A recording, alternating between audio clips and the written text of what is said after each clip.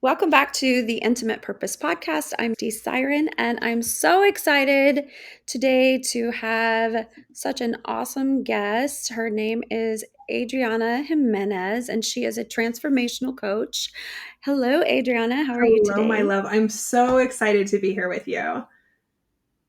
I'm so excited for you to be on. We actually met while we were both in, what would you say, like a cohort on Mhm. a coaching program and, going through my own transition. And yeah, I just kind of reach out to everybody in our program to see who's interested in telling their story.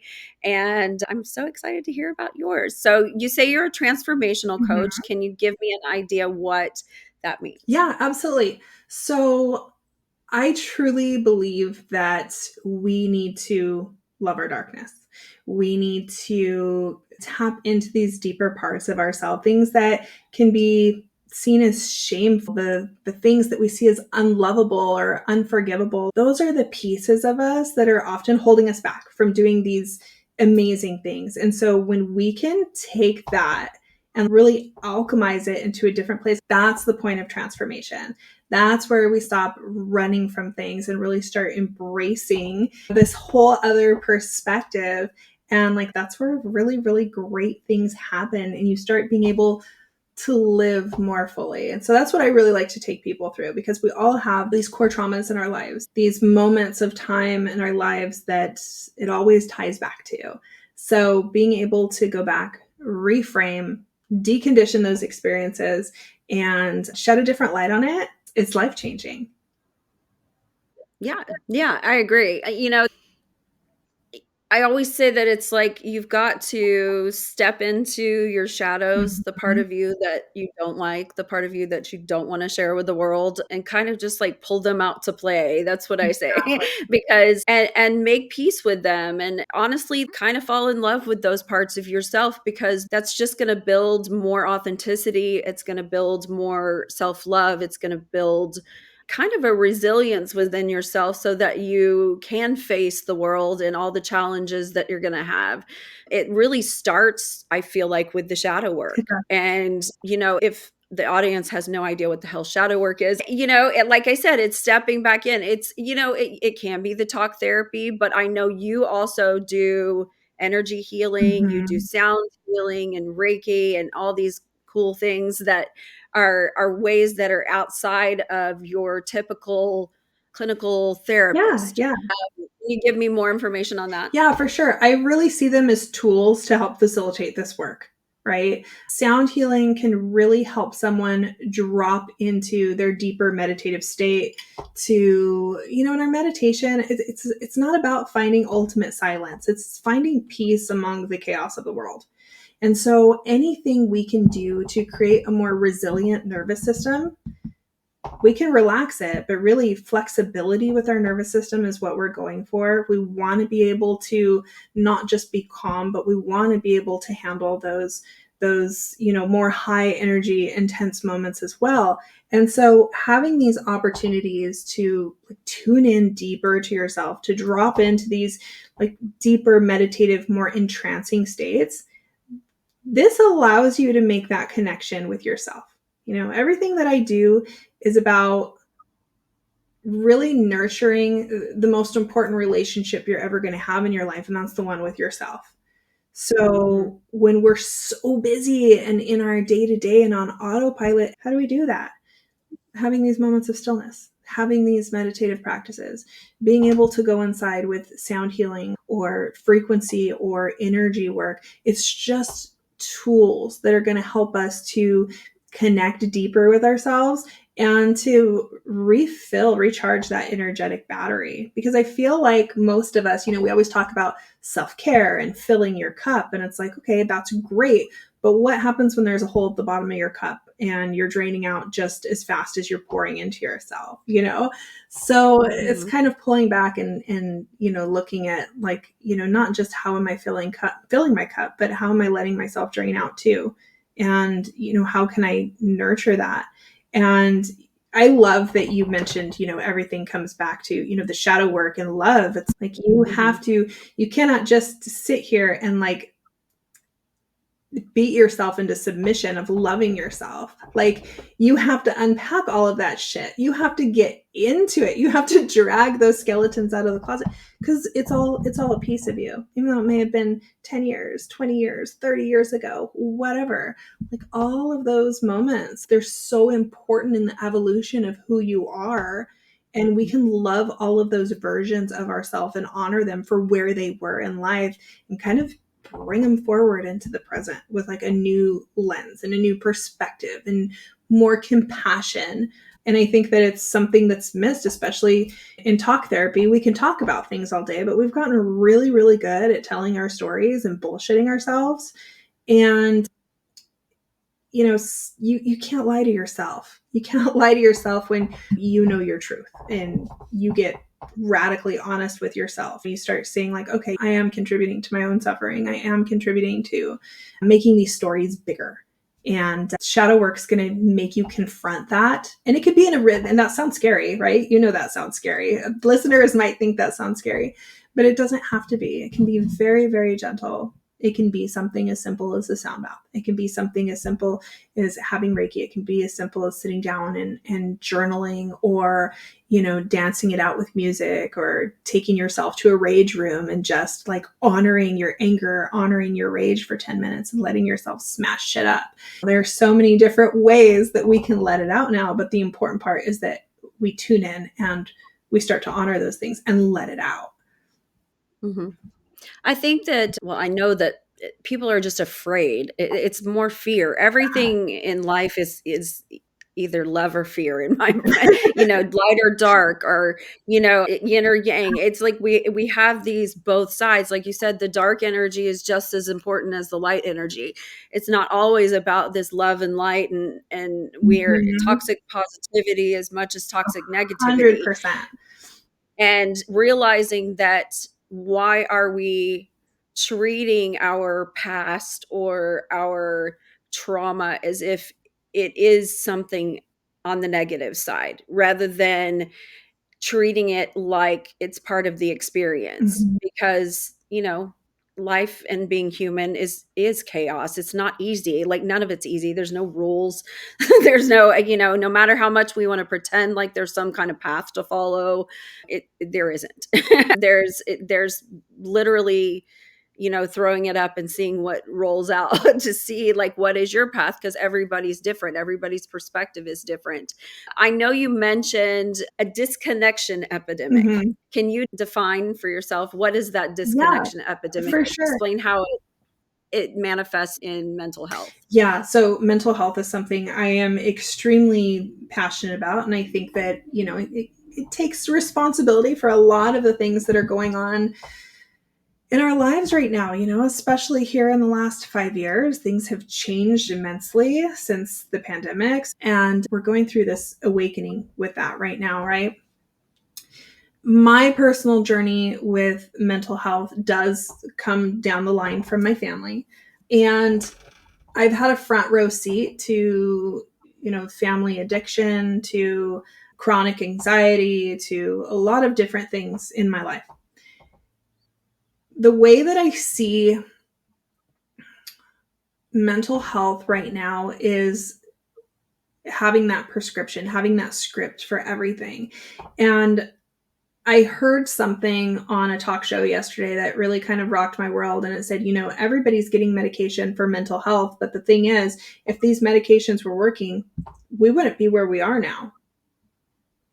You know, how many people do you know that are not taking medication for anything behavioral in their life right now? Most people are. And Mhm. to me, it's a very unpopular opinion, but to me, it's something that I want to push back on, because I feel that this anxiety epidemic and most of the mental health crisis that we are in right now is truly a disconnection epidemic. We are disconnected from ourselves. We're living in this overstimulated world where everything is hustle mentality, instant gratification. There's no pause. Everything is like, what's next? What's next? I need it now. Like, I have a teenage son. I don't know if he could actually sit there without his phone for 10 minutes and just be Mhm. in his stillness, because, even as adults, we're so used to just picking it up and grabbing it. It's like a security blanket that's with us all the time, but we're so disconnected from ourselves and from anything that doesn't feel good. Like, we only want to feel good. And there's so much juice in feeling the contrast, feeling the negative things, when we can, just like we were talking about, that yin and yang, that duality, like when you can feel what you don't want and you can build that relationship with what you're not excited about, then you know what you do want. Then you know the Mhm. direction you do want to go. So with the disconnection, it's not only with ourselves, it's with being in nature, it's with our own emotions, our feelings, our hopes, our dreams, like all of it. It's really just sitting with yourself and getting to know yourself on a level that most people haven't in their adulthood.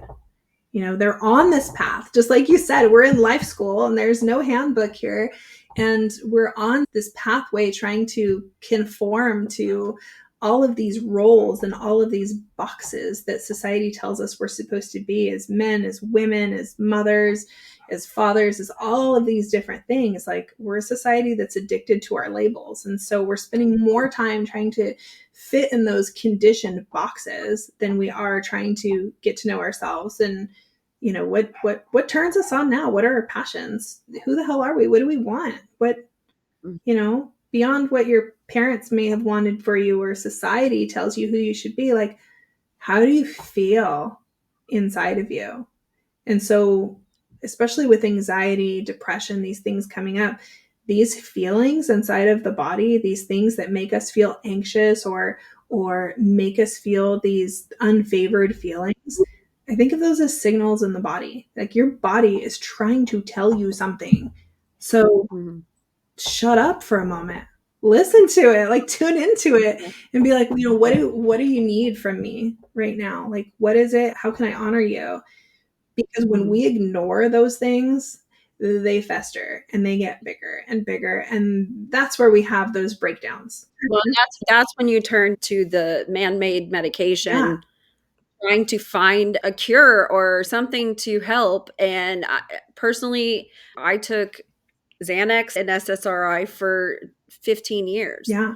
Every day, and it was prescribed. It was not something that it was not illegal drugs. It wasn't anything like that. It was something that, but I honestly diagnosed myself. I walked in the door. I have a degree in psychology, much like you do, and said, I have major recurrent depression, I have social anxiety, and I have generalized like I And they're literally like, told the here you go. psychiatrist, this is what's wrong with me. So I know what, for me personally, I was always on this level of like even keel, right? Mhm. Everything was fine and dandy, no problems. But the problem is the world around me was chaotic, Yes. and there were problems and there were issues, and I was being pushed into things that I didn't necessarily want to do. But I also was in a toxic environment that was like, you don't have a voice here. If you do speak up, there's going to be conflict and confrontation and issues that you're going to have to deal with. So instead, just be agreeable, just Mhm. be a people pleaser, just dissociate so that you can deal with the toxicity Yeah. that's surrounding you on a constant basis, because otherwise you'll break down. And so the medication helped me to dissociate. Mhm. Fine, I'm good. I'm good. Everything's great, but that's where you're saying like you got to feel all of it, not just that, okay, everything's Yeah. great. Well, I feel like the issue with clinical psychiatry, psychology on both ends is, for one thing, that big pharmaceutical companies are making a shit ton off of you for your mental health issues, but they're also creating them because I mean, you're right. I mean, the phone is a way to be disconnected. It's, I mean, I'm on it all the time. Like, I'm not like, I think it's very difficult for us to let go of, and I can use the excuse that I use it for work, and I do, but I also am scrolling and doom scrolling and things like that, where you're like, oh my gosh, the world's exploding around me. And but I'm also continuing to consume that media that is making me feel that way. Mhm. Where literally if I stop put it down, really look around, nothing's exploding. Like there's nothing around me that's falling apart, you know? And I think, you know, social media has caused us to be in a constant state of fear and in a constant state of survival. It puts us back into our, you know, amygdala, which is your, you know, monkey mind and your lizard brain or whatever you want to call it. But of this always in a state of panic of about something. We got to find something that we got to be afraid of, right? Yeah. I mean, it's always fear based, fear, fear, fear, constant fear. So the only way to disconnect from that and stop being afraid of it is to connect with you and realize that none of this is real. Like none of it really exists unless you want it to exist in your life. And that's, you know, that's what during my healing journey I've learned, that I can control my emotions, I can regulate my nervous system, I can put myself back in that parasympathetic state instead of constantly being in survival. But it took me literally changing everything in my environment. Getting rid of the toxic person, getting rid of the toxic home, getting rid of the, you know, the medication. And like you said, it's not a very popular thing to say, but it is for me. Like I was addicted to that shit. And once I got rid of it, I realized, damn, I feel so much more. Like I feel the energy around me. I'm connected to the energy around me. I I may cry more, but who cares? Like it's okay. And that's the thing. I was raised in a home where my mother like despises crying, and she even says it to today. I don't want to see anybody cry, but I'm an overly emotional person, and I wouldn't even say overly emotional. I'm probably more normal on the emotional side, but it was always like, no, don't do that, don't do that, you're not strong if you do that. But the problem is that it's like never releasing anything from your body, Mm-hmm. so you're constantly built up this, you know, traumatic energy within the body itself. And as I say, it does actually hold score of like what's going on with you. And it can be back from birth. Like I always say life is just traumatic. Like I'm sure birth is extremely traumatic. You know, it's just like we start with trauma and trauma never stops. So it's learning to, instead of numb it and just constantly keep yourself there, finding ways to step away from it and finding ways to accept the trauma. Okay, this has happened to me. I'm taking responsibility for what's happening. I'm realizing that I had a part in it too.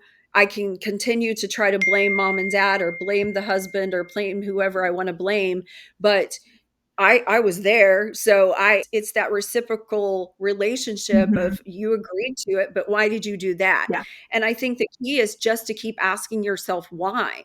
Like, why am I doing this? Why am I reacting that way? Wait a minute, stop. And as I say, it's like a great pause. I call it that, but it's like stepping away, not even from a fight with a partner or a kid, but stepping away from whatever the trigger is, and going and realizing, wait a minute, why am I acting this way? Why have I responded that way to that person or that situation, instead of, and just taking responsibility for Yeah. it. This is all me. I'm going to step away from you right now and getting out of that situation. Where you're talking about disconnection, absolutely. Like we're complete. I think that, to be honest, society wants you to be disconnected.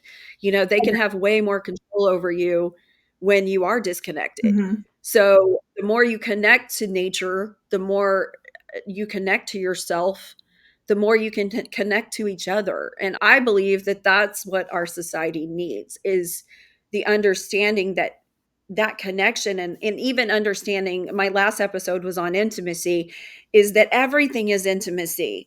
Every single thing, Absolutely. energetic exchange. So how can you deny it? How can you deny that, you know, this is, we build a friendship, we build a relationship just by having a conversation. You know, we haven't spent physical time together, but that doesn't matter, you know. And realizing that it's a lot more than just objects talking to each other, where there is an energetic exchange just in a conversation or an Mhm. experience that we shared, the same school together that brought us together. Like these things wouldn't have even happened and you wouldn't exist in my world or vice versa if we hadn't had those experiences Perfectly together. So aligned.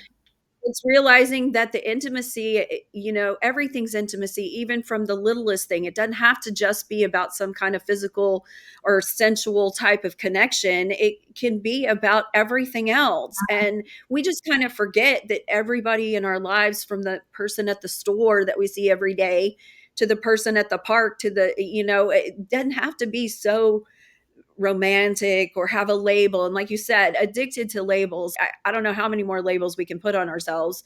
And I just want to be like Prince.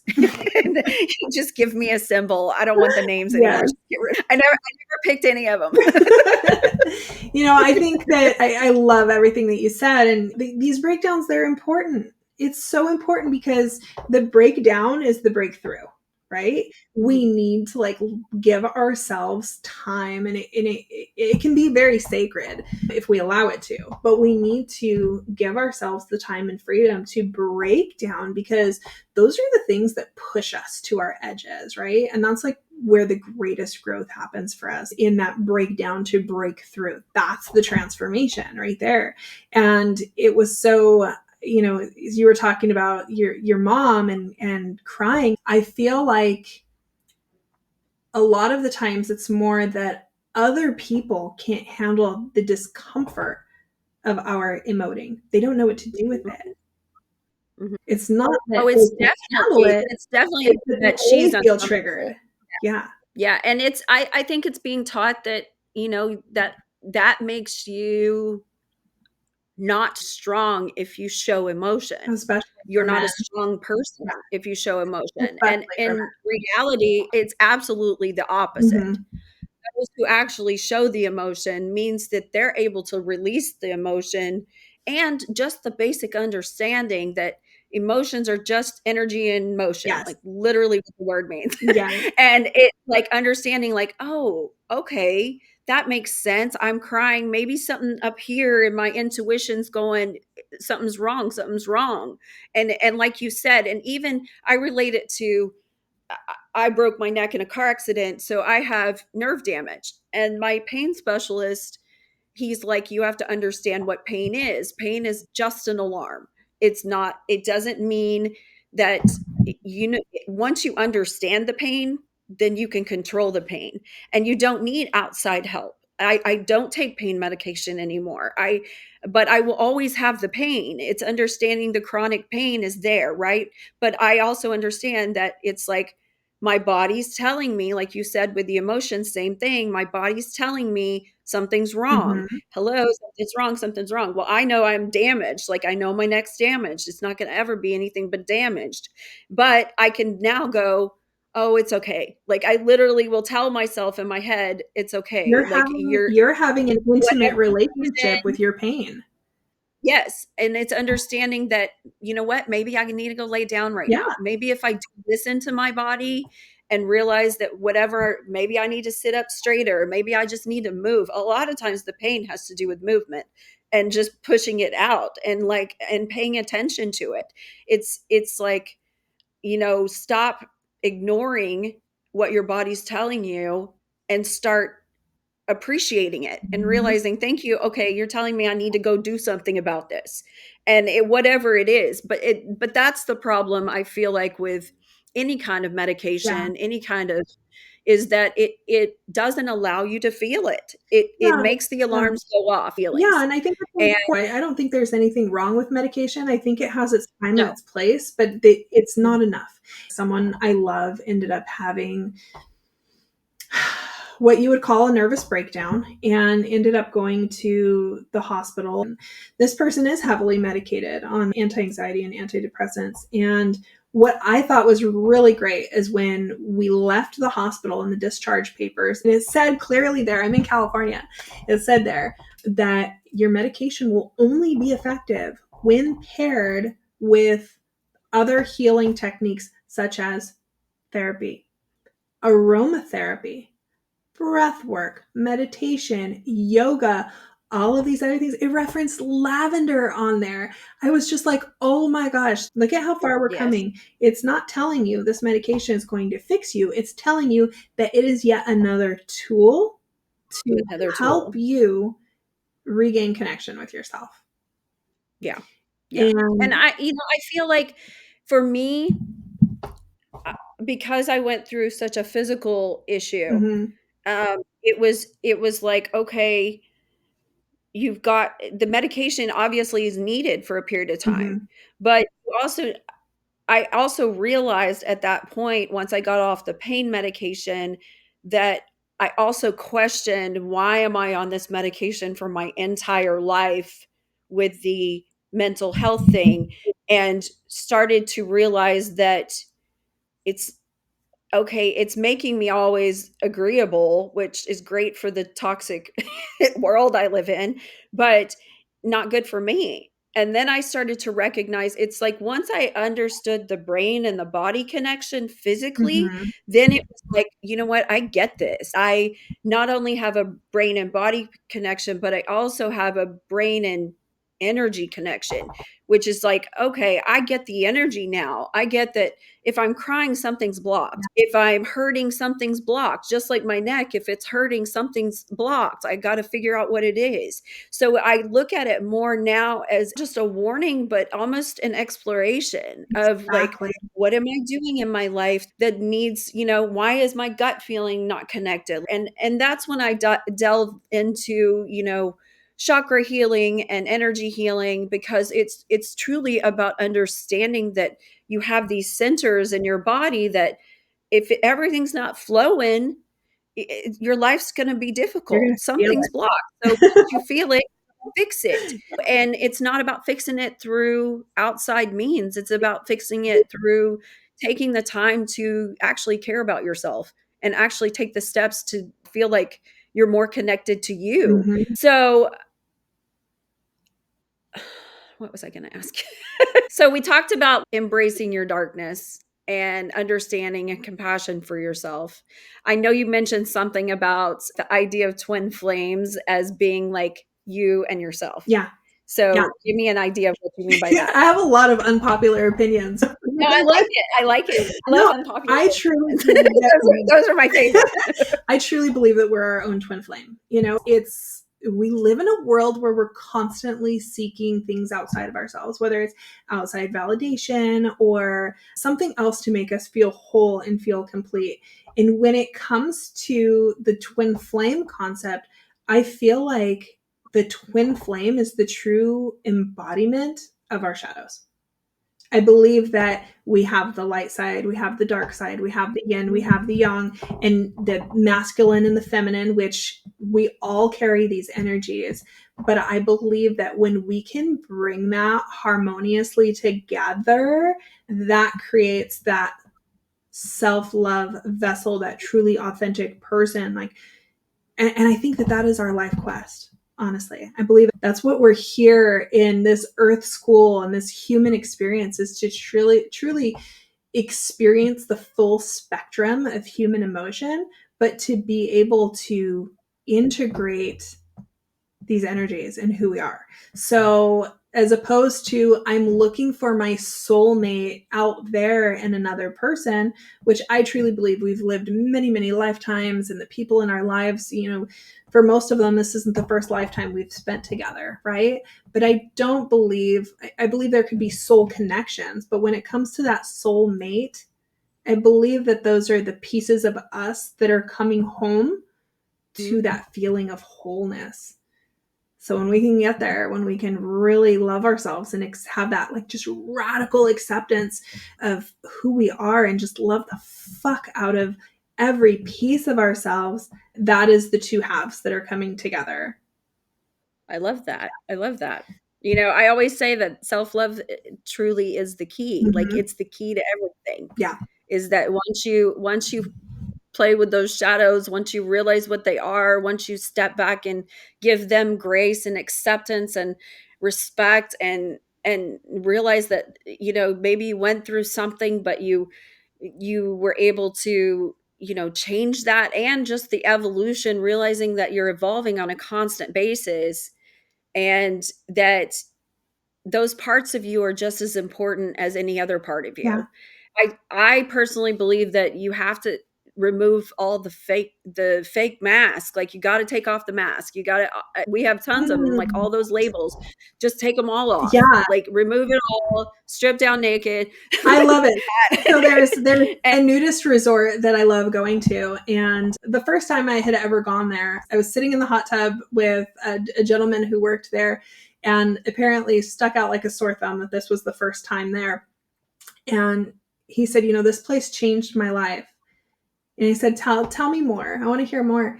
And he said, "There's no masks here. You know, Mhm, out there, people can hide behind their hair, their makeup, their clothes, their car, their job." He said, "But mhm, here, everyone is literally stripping it away. mhm. We don't know anything about any of these people or the world they live in. There's no masks here, honey." And it was just like, oh, let's get back to the bare ass basics The of it, bare right? minimum. Of Yes, stripping it all yes. away. And I'm going to tell you, being there, I had so much resistance to going there the first time, but it was something that I wanted to do as my own test of self love and acceptance, just to kind of see how far I had come in my journey and see what shadows were still there, what triggers and insecurities were still there. And it was one of the most liberating experiences of my life to just see that nobody cared.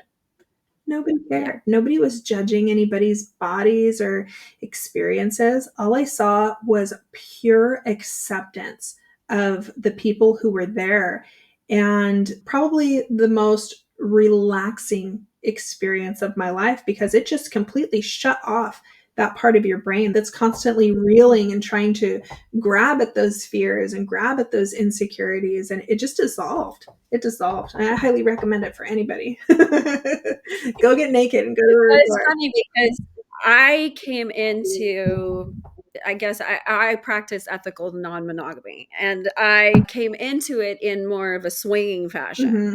which is absolutely the opposite of camp Yeah. or place. Like, it's not like it's the opposite. It's like, go to the club, everybody's got to look a certain way. If you don't look a certain way, you don't fit in, and then it's very, to be honest, is very predatory. It was very predatory for me. I think it was predatory for almost everyone there. Like, Hmm. it's just like a meat market where it's like your intentions are not the same Yeah. as going to and that's something people don't understand. They don't understand the difference between it, right? They're like, "Oh, well, if you're a nudist, then you must also be a swinger, or you must also be you just don't care about anything."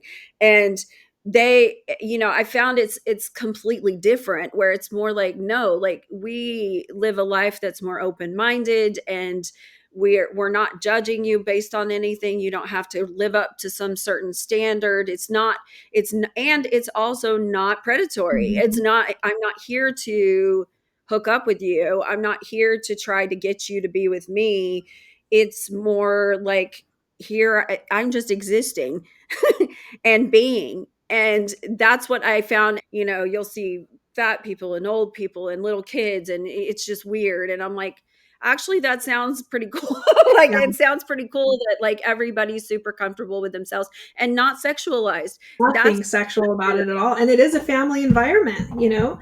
Some of these folks, the very first people that I encountered when I went on my first trip, was I had walked into the general store that was there, and there was a mom and her baby. And she's carrying her baby on her hip. And in that moment, everything dissolved, because I myself had questions of, wait a minute, we're almost there. And I'm like, wait a minute, this is family friendly. Does that mean there's going to be kids there? And I didn't know how I was supposed to feel about that right. because of what society puts on us, right? But when I was Sure. there and it was actually part of that experience and saw just how beautiful it was you could see the conditioning. You could see the conditioning of how society tries to make things a fear versus the reality of what you are experiencing for yourself, what you're seeing with your own eyes. And it was beautiful. It was life changing, and it was beautiful in every way. But yeah, I love how you said, it really does come down to the intentions that people are bringing into a space too. And I think we're all responsible collectively for creating safe spaces. It's not just the one person who's coming, but it's everybody in the room and the energy that they're bringing into it and how they're fostering safety and consent and mutual respect and all of those things. So yeah, it's a whole energy, it's a whole vibe. Yeah, I mean, I think that I've gone to a nude beach. I've gone to areas where nudists were. I've never actually gone to like a location where it was a retreat type of place. Yeah. I think it comes down to the sexualization of everything Yeah. and having these expectations of something that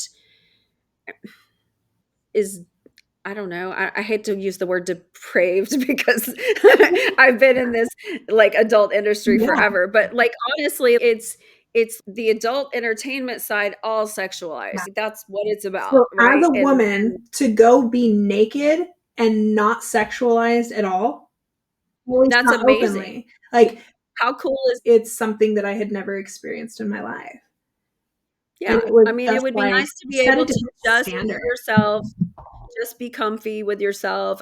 Have 3 kids and I was a nursing mommy and like hardcore nursing mommy and never gave a shit about anybody seeing me. And like, it's, it, to me, it was just a natural process of like, what is y'all's deal? Like, why are you so uncomfortable with yourself that you're projecting that onto me? Yeah.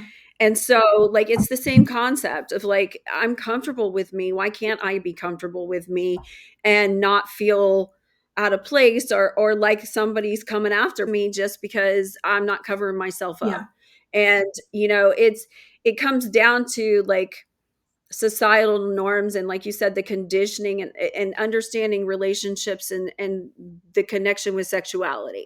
And I believe that a big problem is that in my industry, because of the sexualization, because of the objectification, because we don't have any very good, education on sex and connection and intimacy that people learn from watching movies Mhm. and they realize that or what they're trying to do is just perform for each other. It's always a performance. It's always like, here, you do this, or I'm going to tell you to do that. Or it's kind of like this back and forth of bossing each other around. And, and what is missing is the sensuality. What's missing is that why can't we just like feel each other and smell each other and see each other and touch and use every sense and slow the fuck down and not just make it something where it's like, okay, I'm performing and it's just this repetitive performance that, okay, then men have issues with performing because it becomes like, I'm not even into this. Well, that's because there's no energetic connection Yeah. there. You've made it where you've blocked the emotion from it and it now just becomes this act. And, that I do blame my industry for that. Now, understanding that most performers don't want to take that responsibility of saying like I'm trying to teach anything. They're not Yeah. that's not their intent. But the problem is it's everyone else's reaction to it and using it as a tool to learn from, but then they go out into the real world and try to deal with this connection with real women and not women on the internet and realize, oh damn, like that doesn't really exist because it doesn't. Like I'm not the character that I portray in my movies. I'm not really her. Like that's not me. That's just a character I'm portraying. But the problem is that there's no understanding that that's not you. Mhm. And so it takes this disconnected performance and trying to put that into a real relationship where there is emotion, and then it becomes I think a battle of like, wait a minute, like you're not really Oh, understanding how those two go yeah, together. and it's amazing how many men actually reach out in the coaching industry, how many male clients are reaching out wondering, because these cycles are perpetuated, but men reaching out wondering like, "Hey, am I normal because of my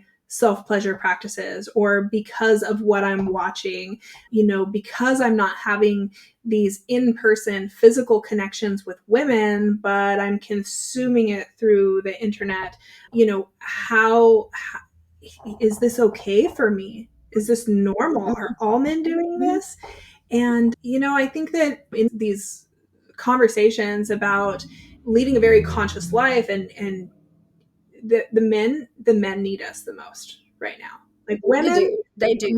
we, I think, are on a very natural path of enlightenment, especially once we get past the judgment of other women, right? We're all walking mirrors that are meant to trigger the insecurities of the other person. The reason that people don't like things or get triggered by things is because they see something in the other person that they either want or envy, or mirrors their own shadows. Like, there's just a myriad of these things. But women will find their way. And I feel like that comes with age, that comes with wisdom, that comes with experience. But men need the nurturing right now, because I think it's very, very difficult. Number one, there's not enough conscious spaces or safe spaces for men. But number two, just like we were talking about earlier, crying, vulnerability, strength, this is something that has been drilled into men for generations, that they don't get to dream. It's you need to go to school, get a job, and the ideals are stay at that job for life until you retire. And if you buy a house, get married, and have some kids along the way, then you've lived a successful life. Like, that's the measure of success for men in our society right now. And that's just sad that men haven't had the opportunity to dream. They don't even know what that is. But also, they haven't had the opportunity to remove that toxic masculinity that has come with those responsibilities of being the provider, and allow themselves to feel, allow themselves to connect with any type of emotions.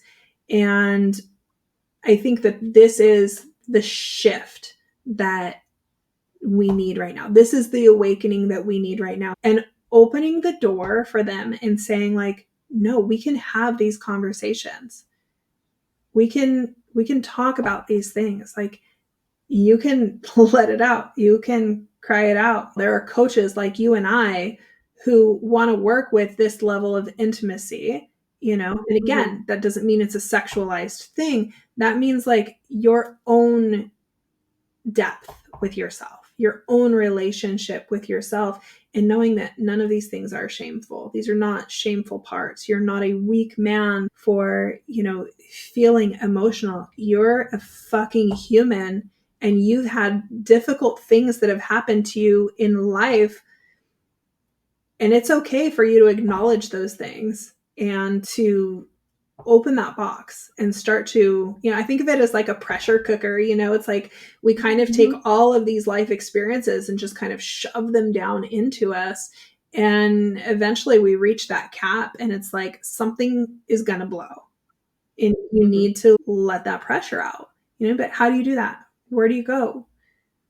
Especially if you're a man, like, how do you even start that journey of finding these deeper connections with people that's not an intimate partner, but even therapy, something that's shunned for most men. So it's kind of like, they don't want to go. Yeah, we have a generation of men right now who are feeling the waves of this conscious awakening, and they're curious and they're wanting the help, but at the same time they're afraid. They are scared to reach out because how they might look, what they're scared of what they might experience, and how big that can actually be.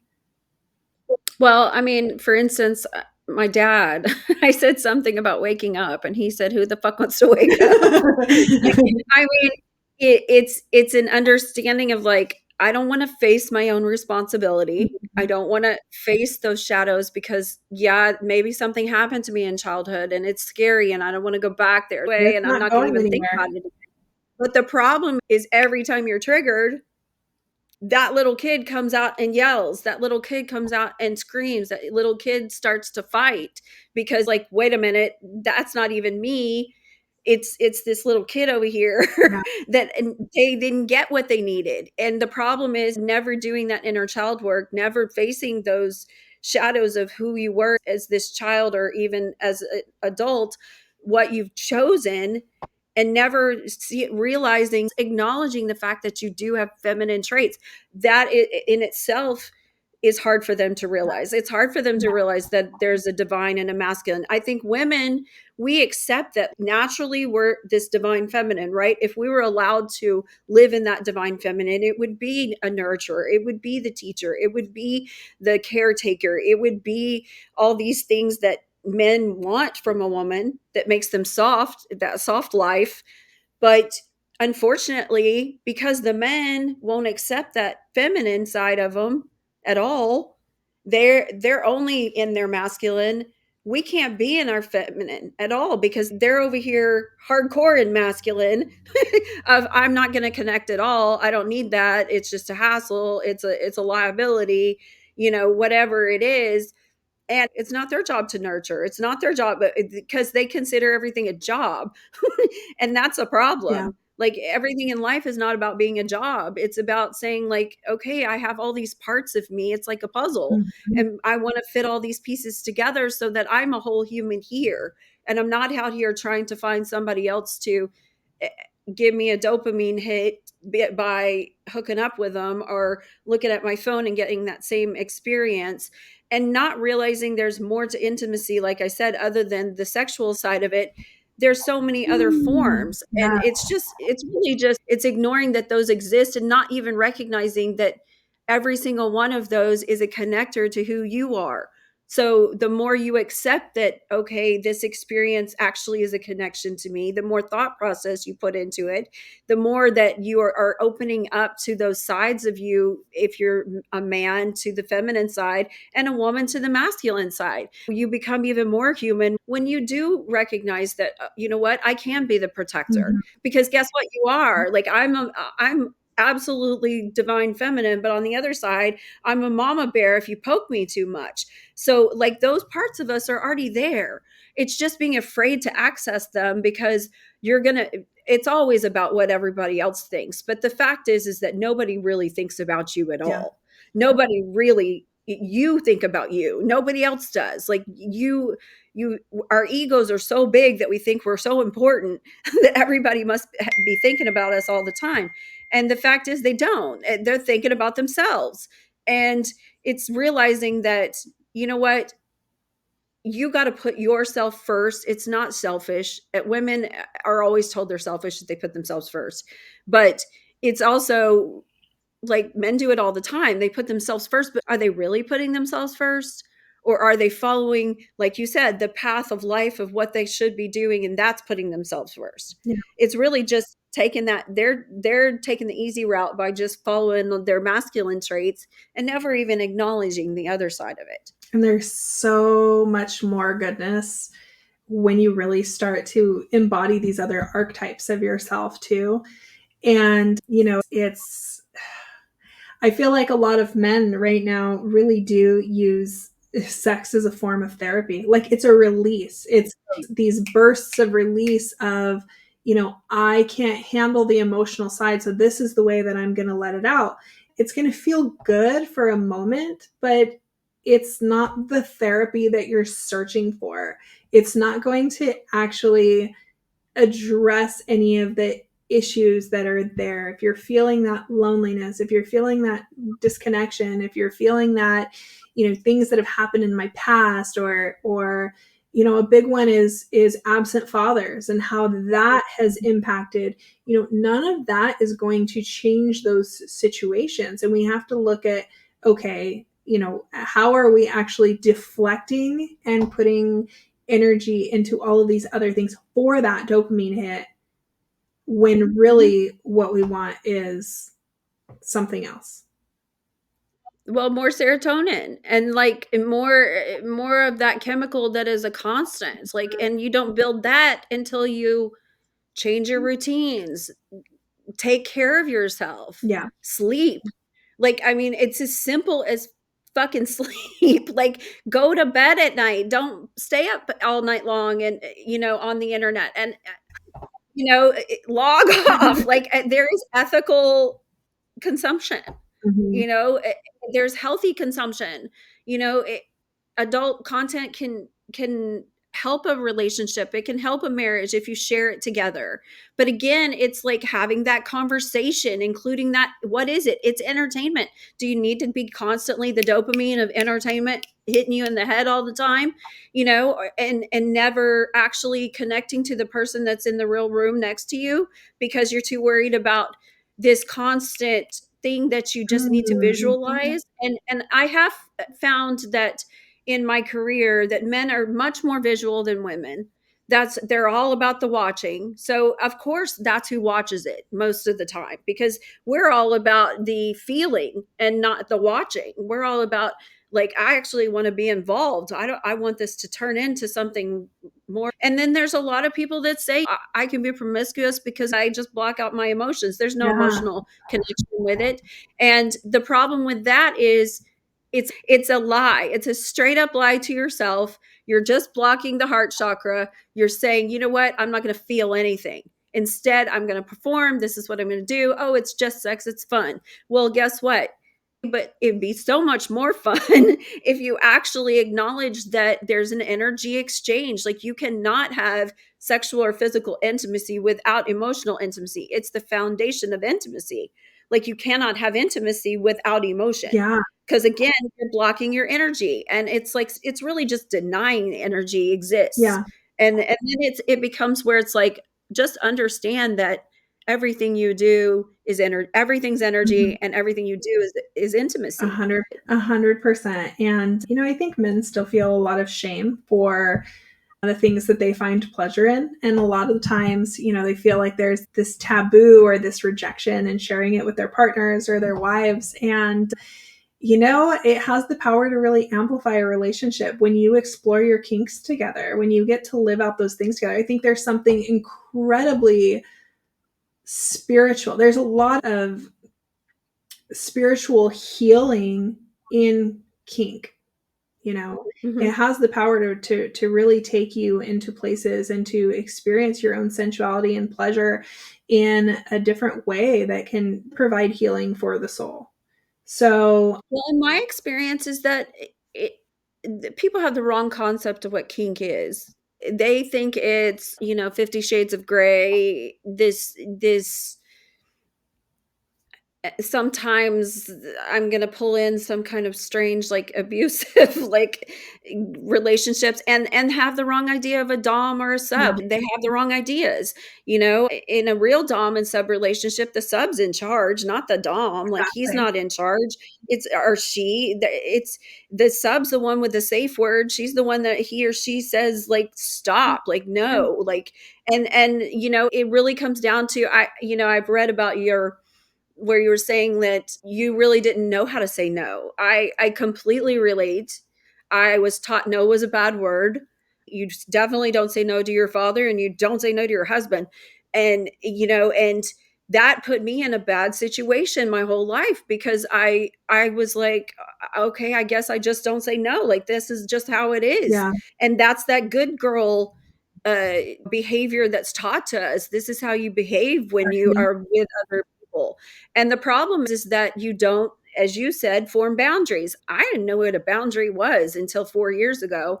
Like, I literally could lived my whole life and never known what a boundary I was feel like something until unlocked when I hit 40 when it came to Mhm, boundaries and really becoming my own advocate. Control for a mhm. negotiated time in a negotiated setting to these terms, to these conditions. And so, going back to what I was saying about how that can be very, very healing, if you're someone who's had traumas of control being taken from you at any time, this is something that you can go into with someone and say, okay, you know what, I'm going to re-enter this situation, but this time I'm in control. This time I Right. have the power. This time I get to say no. This time I get to set out those terms and conditions. And that right there, that is a whole different level of healing that people can experience, as long as it's coming through with intention and it's coming through with very conscious intention. And I think that's the Yeah, key. Understanding intention, understanding waking up every day and setting my intentions for myself, and what's going to happen throughout that day, it's not like a to-do list. It's literally saying, this is, I'm going to put me first no matter what, right? That's an intention, period. And it's the same with that, with a partner, of saying like, okay, what are our intentions here? And that all comes down to communication, and not just talking and telling somebody what to do, but the other person truly understanding like, okay, this is what we're going to do together. A partnership requires that understanding, requires that connection, and otherwise it's not going to Yeah. work. And and when it comes to the kink and any of those situations, you have to be in a safe space. You have to know that, and it comes to trust, like, and those are keys to intimacy, is that you have built that trust, you have the safe space. That person is not going to, their intention is never to hurt you or to put you in a situation that's dangerous, and understand that you're secure, safe, and honest about what's happening in the relationship. I think when it comes into, when people take their egos or some concept that they've learned, unfortunately, online, it's not, they have not a full understanding, then you put people in danger, then it turns abusive, then it turns into something else that it never was intended to be.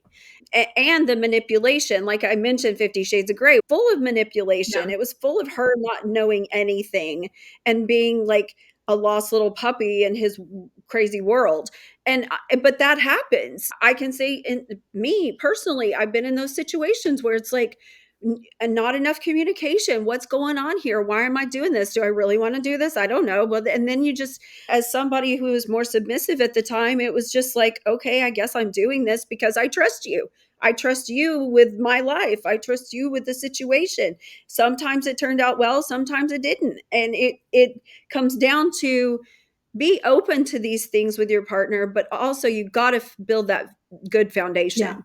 Because if the foundation's not built there, if you haven't done the steps to heal yourself and you're getting into a relationship and they're two unhealed people, then expect that it's just going to be chaos. Like, it's just not going to, you're not going to fly, because you got to go fix yourself before you can help other people fix Yeah. themselves.